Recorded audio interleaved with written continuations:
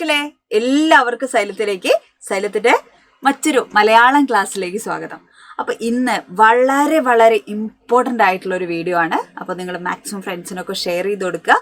എല്ലാവർക്കും ഇതൊരു ഉപകാരപ്പെടുന്ന ഒരു വീഡിയോ ആയിരിക്കും. ഓക്കെ, അപ്പൊ നമുക്ക് മലയാളത്തിന് A+ കിട്ടുക എന്ന് പറയുന്നത് ഭയങ്കര കിട്ടാക്കനിയൊന്നും അല്ല. കാരണം നമുക്കുള്ള വിഷയങ്ങളിൽ ഏറ്റവും എളുപ്പമുള്ളതും നമുക്ക് കാര്യങ്ങൾ പെട്ടെന്ന് മനസ്സിലാക്കാൻ പറ്റുന്ന ഒക്കെ ആയിട്ടുള്ള വിഷയം ഏത് തന്നെയാണ്? സംശയമൊന്നുമില്ല, മലയാളമാണ് അല്ലേ. എന്നിട്ടും പലപ്പോഴും നമുക്ക് മലയാളത്തിന് ഫുൾ മാർക്കൊന്നും നമുക്ക് കിട്ടാറില്ല. അല്ലെങ്കിൽ A+ വളരെ എന്താ പറയുക, ചെറിയ ചില അശ്രദ്ധകൾ കാരണം എന്ത് ചെയ്യണോ, നമുക്ക് ഈ A+ പലപ്പോഴും മിസ്സായി പോകാറുണ്ട് അല്ലേ.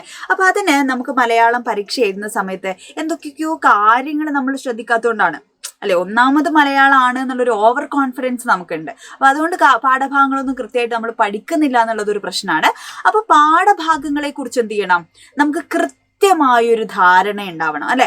നമുക്ക് സെക്കൻഡ് യൂണിറ്റ് മുതലാണ് എന്ത് ചെയ്യുക, നമുക്ക് ഈ ഒരു ക്രിസ്മസ് എക്സാമിന് യൂണിറ്റ് മുതൽ പഠിച്ചോളുക, സെക്കൻഡ് യൂണിറ്റ് മുതൽ പഠിക്കുക അല്ലെ. ചോദിച്ചിട്ടില്ലെങ്കിൽ പോട്ടെ, ചോദിച്ചു കഴിഞ്ഞാൽ നമുക്ക് അറിയാണ്ടായി പോകരുത്. അപ്പൊ അത് ഉൾപ്പെടെയാണ് നമുക്ക് ചോദ്യങ്ങൾ ഉണ്ടാവുക 4ാമത്തെ യൂണിറ്റ് വരെ. അപ്പോൾ ഈ ഒരു പാഠഭാഗങ്ങളൊക്കെ എന്ത് ചെയ്യണം, നമുക്ക് അറിഞ്ഞിരിക്കണം.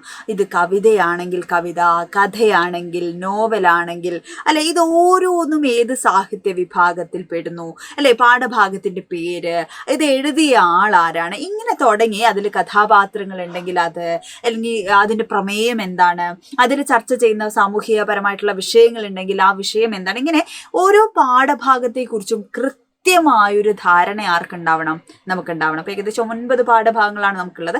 ആ 9 പാഠഭാഗത്തെക്കുറിച്ചും ഈ എക്സാമിനാണ് നമുക്കുള്ളത്. ആ പാഠഭാഗങ്ങളെ കുറിച്ച് എന്താണ് ഒരു ഐഡിയ, ഒരു മൊത്തത്തിലൊരു ഐഡിയ എന്ത് ചെയ്യണം, നമുക്ക് ഉള്ളിലുണ്ടാവണം എന്നുള്ളതാണ്. ഓക്കെ, അപ്പൊ അതാണ് ഏറ്റവും ബേസിക് ആയിട്ട് നമ്മൾ മലയാളം പരീക്ഷ എഴുതാൻ പോകുമ്പോൾ നമ്മൾ ശ്രദ്ധിക്കേണ്ട കാര്യം. രണ്ടാമത്തത് എന്താണ്, ചോദ്യ മാതൃകകളാണ് അല്ലേ. നമുക്ക് പാഠം അറിഞ്ഞു എന്നതുകൊണ്ട് മാത്രം നമുക്ക് പരീക്ഷയിൽ പാസ്സാവില്ലല്ലോ. ഇവിടെയാണ് പലപ്പോഴും നമുക്ക് മാർക്ക് മിസ്സാവുക. കാരണം ഈ എല്ലാം നമ്മൾ എന്താണ് ഒരേപോലെ എഴുതി വെക്കും. ആസ്വാദനക്കുറിപ്പും ഉപന്യാസവും ഇതൊക്കെ നമ്മൾ ഒരേപോലെ എഴുതി വെക്കും അല്ലെ. അപ്പൊ ഇത് ഓരോന്നും എഴുതേണ്ടത് ഓരോ രീതിയിലാണ്. അപ്പൊ ഇതൊക്കെ എങ്ങനെയാണ് എഴുതേണ്ടത് എന്ന് നമ്മൾ പഠിക്കണം. അത് രണ്ടാമത്തെ കാര്യം. മൂന്നാമത് എന്താണ് നമ്മൾ ശ്രദ്ധിക്കേണ്ടത്, ടൈമാണ്. ഇത് ഓരോന്നിനും എത്ര പേജ്, എത്ര പോയിന്റ്, എത്ര സമയത്തിനുള്ളിൽ എഴുതണമെന്നും കൂടെ നമ്മൾ മനസ്സിലാക്കണം അല്ലെ. അപ്പൊ ആദ്യം ഇന്ന് നമ്മൾ പഠിക്കാൻ പോകുന്നത് ഉപന്യാസമാണ്. ഏറ്റവും ഷുവറായിട്ടുള്ള അല്ലെ, നമുക്ക് 99% നമുക്ക് സാധ്യതയുള്ള ചോദ്യങ്ങളിൽ ഒന്നാണ് ഇത് ഉപന്യാസം എന്ന് പറയുന്നത്. അപ്പൊ ഉപന്യാസത്തിൽ എന്താണ്, നമുക്ക് കുറേ കാര്യങ്ങൾ എന്താണ് നമുക്ക് ശ്രദ്ധിക്കേണ്ടതുണ്ട്. അപ്പൊ 10ാം ക്ലാസ്സിൽ നമ്മളിപ്പോ ഈ ഒരു ക്രിസ്മസ് എക്സാം മാത്രമല്ല നമ്മൾ കാണേണ്ടത് അല്ലെ. അപ്പൊ വളരെ കുറച്ച് ദിവസങ്ങൾ കഴിഞ്ഞാൽ എന്ത് ചെയ്യും, നമ്മുടെ പബ്ലിക് എക്സാം വരെ. അപ്പൊ നമുക്ക് ഷുവറായിട്ട് നമുക്ക് 10ാം ക്ലാസ്സിൽ നമ്മളോട് ചോദിക്കാൻ സാധ്യതയുള്ള ചോദ്യങ്ങളിൽ 100% സാധ്യതയുള്ള ചോദ്യങ്ങളിൽ ഒന്ന് ഏതാണ്, ഉപന്യാസമാണ് അല്ലെ. അപ്പൊ ഉപന്യാസം എന്ന് പറഞ്ഞാൽ എന്താണ്, ഏതെങ്കിലും ഒരു വിഷയത്തെക്കുറിച്ച് നമ്മൾ എഴുതുന്ന ഗദ്യലേഖനത്തെയാണ് നമ്മൾ ഉപന്യാസം എന്ന് പറയുക. അപ്പൊ പലപ്പോഴും നമുക്കെല്ലാം കുറിപ്പുകളാണ്, നമ്മൾ എല്ലാ വിഷയത്തെക്കുറിച്ചും എന്താണ് വലിച്ചു വാരി എഴുതുക എന്നുള്ളതാണ് നമ്മളുടെ ഒരു ശൈലി അല്ലെ. അപ്പൊ അങ്ങനെ എഴുതരുത്. ഉപന്യാസം എന്ന് പറഞ്ഞു കഴിഞ്ഞാൽ അതിന് ഘടനയുണ്ട് അല്ലെ, കൃത്യമായൊരു ഘടനയുണ്ട്. അപ്പൊ ആ ഘടന എന്താണെന്ന് പഠിക്കുക അല്ലെ. ആ ഘടന അനുസരിച്ചാണ് എന്ത് ചെയ്യേണ്ടത്, നമ്മൾ എഴുതേണ്ടത്. അപ്പൊ 3 ഭാഗങ്ങളാണ് ഉപന്യാസത്തിനുള്ളത്. അതിലൊന്ന് ഏതാണ്, ആമുഖമാണ് അല്ലെ. ആമുഖം ഏറ്റവും ഇമ്പോർട്ടൻ്റ് ആയിട്ടുള്ള ഒന്നാണ് ആമുഖം എന്ന് പറയുന്നത്, ഇൻട്രൊഡക്ഷൻ അല്ലെ. രണ്ടാമത്തത് പ്രതിപാദ്യമാണ്, വിശകലനമാണ് അല്ലെ. അപ്പൊ എന്താണ് നമുക്ക് പറയാനുള്ള വിഷയം, തന്നിരിക്കുന്ന വിഷയം, ആ വിഷയത്തെ എന്ത് ചെയ്യുക, പല ഉപവിഷയങ്ങളായി നമ്മൾ പഠിച്ച് പാരഗ്രാഫുകൾ, ഖണ്ഡിക അറിയാലോ അല്ലെ, പാരഗ്രാഫുകൾ തിരിച്ച് നമ്മൾ എന്ത് ചെയ്യണം, ഈ 2ാമത്തെ പോയിന്റിൽ എഴുതണം. മൂന്നാമതാണ് എന്ത് വരുന്നത്, കൺക്ലൂഷൻ, ഉപസംഹാരം വരുന്നത്. അപ്പൊ ഉപസംഹാരം നമ്മളെ മുഖപ്രസംഗത്തിലായാലും ഈ പറയുന്ന ഉപന്യാസത്തിലായാലും പ്രഭാഷണത്തിലായാലും ഒക്കെ ഈ അവസാനത്തെ ഖണ്ഡികയിൽ പാരഗ്രാഫാണ് നമ്മൾ നിഗമനം എഴുതുന്നത്. അതെപ്പോഴും എന്തായിരിക്കണം, നമ്മളുടെ വ്യൂ ആയിരിക്കണം, നമ്മളുടെ കാഴ്ചപ്പാട്, നിരീക്ഷണമാണ്, അഭിപ്രായമാണ് എപ്പോഴും എവിടെ എഴുതേണ്ടത്, ഈ ഉപസംഹാരത്തിൽ നമ്മൾ എഴുതാൻ ശ്രദ്ധിക്കണം. അപ്പൊ ഇത് 3 എന്ത് ചെയ്യാം, ഒന്നുകൂടെ ഡീറ്റെയിൽ ആയിട്ട് നമുക്ക് പഠിക്കാം. പലർക്കും അത് പലപ്പോഴും സംശയമുള്ള കാര്യമാണ്. അപ്പൊ ആമുഖം അല്ലെ എന്ന് പറഞ്ഞാൽ എന്താണ്, ഒരു ഉപന്യാസത്തിൽ ഏറ്റവും പ്രധാനപ്പെട്ട ഘടകത്തെയാണ് നമ്മൾ ആമുഖം എന്ന് പറയുന്നത്. അതിന് നമ്മൾ എന്ത് ചെയ്യണു, നമുക്ക് കിട്ടിയിരിക്കുന്ന ടോപ്പിക്, ഇപ്പൊ നമുക്ക് പരിസ്ഥിതിയെ കുറിച്ചായിരിക്കാം നമ്മളോട് ഉപന്യാസം എഴുതാൻ പറയുന്നത് അല്ലെ. അപ്പൊ എന്താണ് നമുക്ക് കിട്ടിയിരിക്കുന്ന വിഷയം, ആ വിഷയത്തെ എന്ത് ചെയ്യാണ്, ഇൻട്രൊഡ്യൂസ് ചെയ്യുക, പരിചയപ്പെടുത്തുകയാണ് നമ്മൾ എവിടെ ചെയ്യേണ്ടത്, ആമുഖത്തിൽ ചെയ്യേണ്ടത്. ഇനി ഈ വിഷയത്തിന് നമ്മുടെ ഏതെങ്കിലും പാഠഭാഗമായിട്ട് ഉറപ്പായിട്ടും ബന്ധമുള്ളൊരു വിഷയമായിരിക്കുമല്ലോ നമുക്ക് തരാം. അത് നേരിട്ട് ചിലപ്പോൾ ചോദിക്കണമെന്നില്ല. അപ്പോൾ പരിസ്ഥിതിയാണ് നമുക്ക് തരുന്ന വിഷയമെങ്കിൽ അത് ഉറപ്പായിട്ടും എന്താണ് നമ്മളുടെ പാഠഭാഗങ്ങൾ അല്ലെ 3rd യൂണിറ്റുമായിട്ട് ബന്ധപ്പെട്ടിരിക്കും, 4th യൂണിറ്റുമായിട്ടൊക്കെ നമുക്ക് ബന്ധപ്പെടുത്താം അല്ലെ. അപ്പോൾ ആ യൂണിറ്റിലെ ഏതെങ്കിലും പെർട്ടിക്കുലർ പാഠഭാഗവുമായിട്ട് എന്ത് ചെയ്യുന്നുണ്ട്, ആ വിഷയത്തിന് ബന്ധമുണ്ടോ എന്നുള്ളത് നമ്മൾ ആദ്യം ചെക്ക് ചെയ്യണം അല്ലെ. ഉണ്ടെങ്കിൽ ഒരു 2-3 സെന്റൻസിൽ എന്ത് ചെയ്യുക, അതുകൂടെ നമ്മൾ ഉൾപ്പെടുത്തുക. ലളിതമായ എന്താ പറയുക ഭാഷയിലായിരിക്കണം നമ്മൾ എഴുതേണ്ടത്. വൃത്തിയിൽ എഴുതാൻ കൂടെ ശ്രദ്ധിക്കണം. അതിൻ്റെ ഉദാഹരണമൊക്കെ ഞാൻ പറഞ്ഞു തന്നിട്ടുണ്ട്. അതേപോലെ വിഷയ കേന്ദ്രീകൃതമായിരിക്കണം അല്ലെ. അപ്പൊ ആനയെ പാപ്പാനെയും തന്നിട്ട് ആന കറുത്താണ്, ആനയ്ക്ക് ചെവിയുണ്ട്, കാലുണ്ട്, വാലുണ്ട് എന്നൊക്കെ പറഞ്ഞിട്ട് ആനപ്പാപ്പാൻ സുന്ദരനാണ് അല്ലെ, ഗ്ലാമറാണ്, മീശയുണ്ട്, താടിയുണ്ടെന്നൊന്നും എന്ത് എഴുതരുത്. നമ്മൾ വിഷയത്തിൽ നിന്ന് വ്യതിചലിച്ച് എഴുതി പോകാൻ പാടില്ല. എന്താണ്, കാരണം മലയാളമാണ്, സ്വാഭാവികമായിട്ട് എന്ത് ചെയ്യും, നമ്മൾ കഥ എഴുതാൻ പോകും. അങ്ങനെ എഴുതി കഴിഞ്ഞാൽ 1.5 മണിക്കൂറേ ഉള്ളൂ എന്നുള്ളത് എന്ത് ചെയ്യണം, നമ്മൾ എപ്പോഴും ഇങ്ങനെ ഓർത്തുകൊണ്ടിരിക്കണം. ഓക്കെ, അപ്പോൾ ഈ വിഷയത്തെ കേന്ദ്രീകരിച്ച് എന്താണോ ടോപ്പിക്ക് അതിനുള്ള കാര്യങ്ങൾ മാത്രമേ എവിടെ എഴുതാൻ പാടുള്ളൂ, നമ്മളുടെ ഉപന്യാസത്തിൽ അല്ലെ. ഏത് വിഷയമാണെങ്കിൽ ഏത് ടോപ്പിക്കാണ് തരുന്നതെങ്കിലും അതിൽ എഴുതാൻ പാടുള്ളൂ കേട്ടോ. പിന്നെ പ്രതിപാദ്യം എന്ന് പറയുന്നത് നമുക്ക് ഏതാണോ നമ്മൾ ഇപ്പോൾ ഓർ ക്വസ്റ്റ്യൻ ഉണ്ടാവും. അപ്പൊ നമ്മൾ തിരഞ്ഞെടുക്കുന്ന ചോദ്യം എപ്പോഴും നമുക്ക് അത്രയും 100% അറിയാവുന്ന ചോദ്യം മാത്രമാണ് നമ്മൾ തിരഞ്ഞെടുക്കേണ്ടത് കേട്ടോ. അപ്പൊ ആ വിഷയത്തെക്കുറിച്ച് നമുക്ക് നല്ല ധാരണ ഉണ്ടായിരിക്കണം. അത് ഉദാഹരണ സഹിതം കാര്യകാരണ സഹിതം ഒക്കെ എന്ത് ചെയ്യാം, നമുക്ക് ഈ ഉപവിഷയങ്ങൾ നമുക്ക് എഴുതാം. അതേപോലെ ആശയങ്ങൾ ഖണ്ഡിക തിരിച്ച് പാരഗ്രാഫ് തിരിച്ചാണ് നമ്മൾ എഴുതേണ്ടത്. അതേപോലെ ഇതുമായി ബന്ധപ്പെടുന്ന നമുക്ക് കിട്ടിയിരിക്കുന്ന വിഷയവുമായി ബന്ധപ്പെടുന്ന കോട്സുകൾ ഉണ്ടാവും, കവിതകൾ ഉണ്ടാവാം, അല്ലെങ്കിൽ ശൈലികൾ ഉണ്ടാവാം. ഇതൊക്കെ എന്ത് ചെയ്യാം, നമുക്ക് ഈ ഒരു പ്രതിപാദ്യ ഭാഗത്ത് അല്ലെ ഖണ്ഡിക തിരിച്ചെഴുതുന്ന സമയത്ത് എന്ത് ചെയ്യാം, നമുക്ക് ഈ കാര്യങ്ങളൊക്കെ നമുക്ക് ഉപയോഗപ്പെടുത്താം. പിന്നെ അവസാനം ആണ് നമ്മളുടെ ഉപസംഹാരം അല്ലെങ്കിൽ കൺക്ലൂഷൻ വരുന്നത്. അത് ലാസ്റ്റ് പാരഗ്രാഫാണ്, നമ്മളുടെ നിരീക്ഷണമാണ്. അതിനകത്ത് ഞാൻ പറഞ്ഞു അല്ലെ, നമ്മളുടെ അഭിപ്രായമാണ് എന്ത് ചെയ്യേണ്ടത്, ഈ ഒരു ഭാഗത്ത് നമ്മൾ എഴുതേണ്ടത്. അപ്പോൾ ഒരു പോസിറ്റീവ് ആയിട്ടുള്ള രീതിയിൽ അല്ലെ, മറ്റുള്ള ആളുകൾക്ക് അത് വായിക്കുന്ന സമയത്ത് ഒരു പ്രചോദനമാവുന്ന രീതിയിലായിരിക്കണം എന്ത് ചെയ്യേണ്ടത്, നമ്മൾ ഇത് കൺക്ലൂഡ് ചെയ്യേണ്ടത്.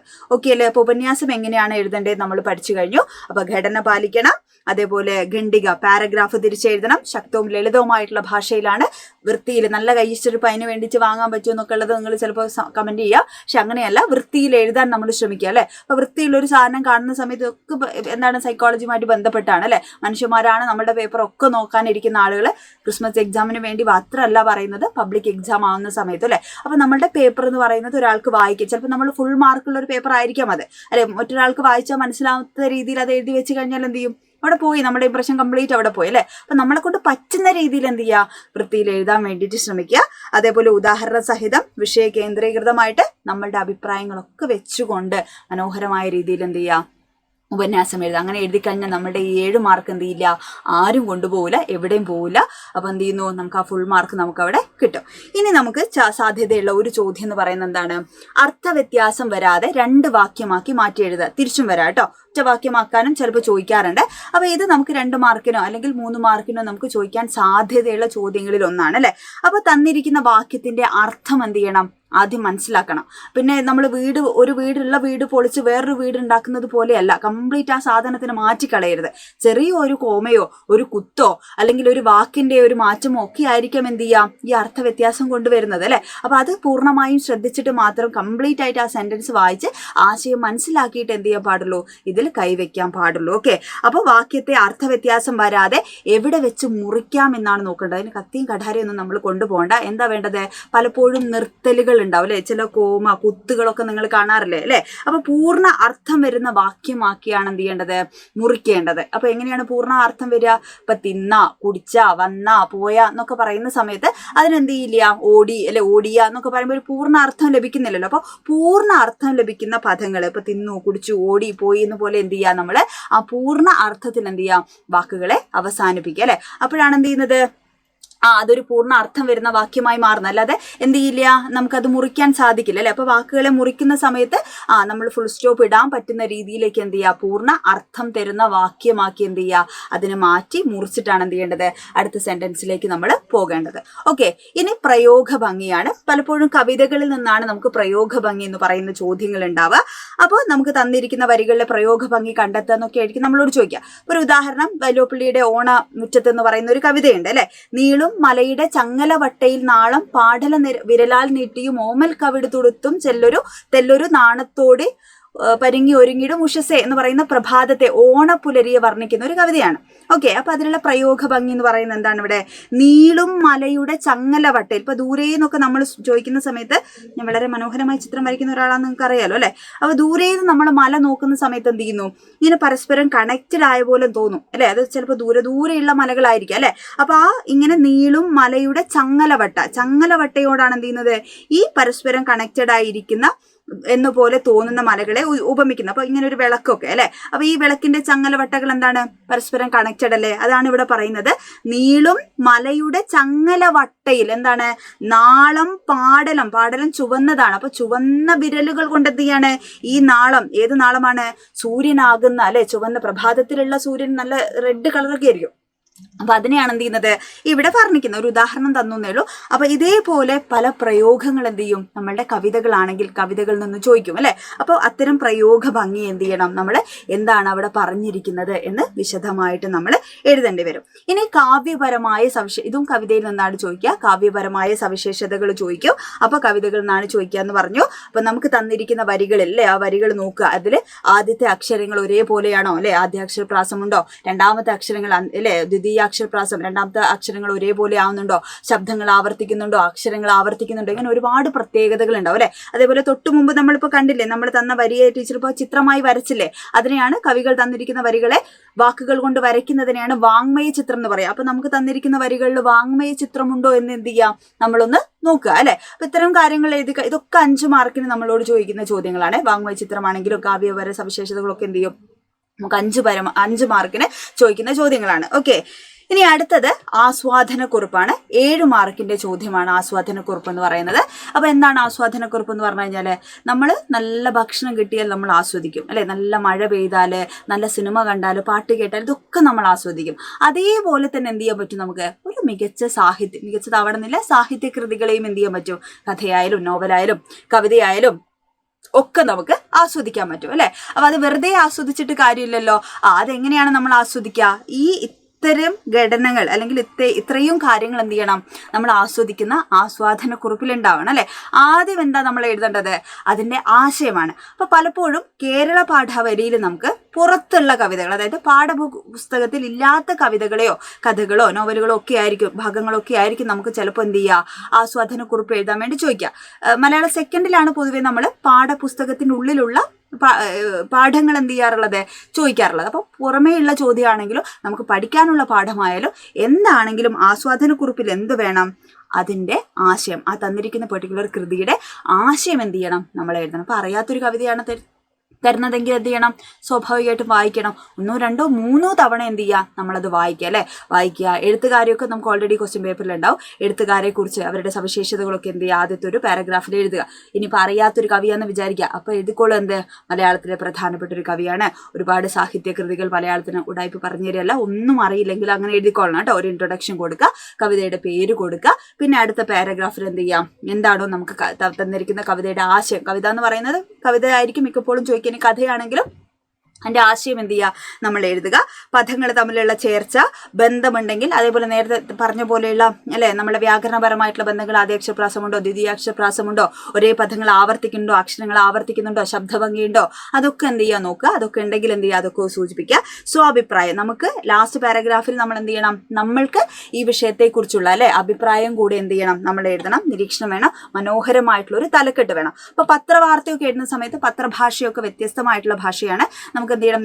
നേരെ അല്ലെ വസ്തുനിഷ്ഠമായിട്ട് കാര്യങ്ങൾ എഴുതണം. പക്ഷെ ആസ്വാദനക്കുറിപ്പൊക്കെ എഴുതുമ്പോൾ കുറച്ചുകൂടെ ആലങ്കാരികമായിട്ട് സൗന്ദര്യാത്മകമായ മനോഹരമായ ഭാഷയിൽ എന്ത് ചെയ്യുക? നമുക്ക് എഴുതാൻ പറ്റും. തലക്കെട്ട് അല്ലെ. നമ്മളിതൊക്കെ എഴുതി കഴിഞ്ഞതിന് ശേഷം ലാസ്റ്റ് എന്ത് ചെയ്യുക? തലക്കെട്ട് എഴുതുക. എഴുതിയതിന്റെ ലാസ്റ്റ് അടിയിൽ കൊണ്ടുപോയി തലക്കെട്ട് എഴുതാനല്ല. ഇതൊക്കെ എഴുതി കഴിയുമ്പോൾ നമുക്ക് കുറച്ച് ധാരണ കിട്ടും. ചിലപ്പോൾ അതിലുള്ള ഒരു വാക്ക് തന്നെ എന്ത് ചെയ്യാം? എഴുതിയതിനകത്തുള്ള ഒരു വാക്കൊക്കെ ചിലപ്പോൾ നമുക്ക് എന്ത് ചെയ്യാം? തലക്കെട്ടായിട്ട് കൊടുക്കാം. അപ്പൊ എഴുതി കഴിഞ്ഞതിന് ശേഷം നമുക്ക് എന്ത് ചെയ്യാം? തലക്കെട്ട് കൊടുക്കാവുന്നതാണ്. അപ്പൊ ഇത്രയും ചോദ്യരൂപങ്ങൾ അല്ലെ, ഇതൊക്കെയാണ് നമുക്ക് മലയാളം പരീക്ഷയിൽ നമുക്ക് ഫുൾ മാർക്കിലേക്ക് എത്തിക്കാൻ നമ്മളോട് ചോദിക്കുന്ന ചോദ്യങ്ങൾ.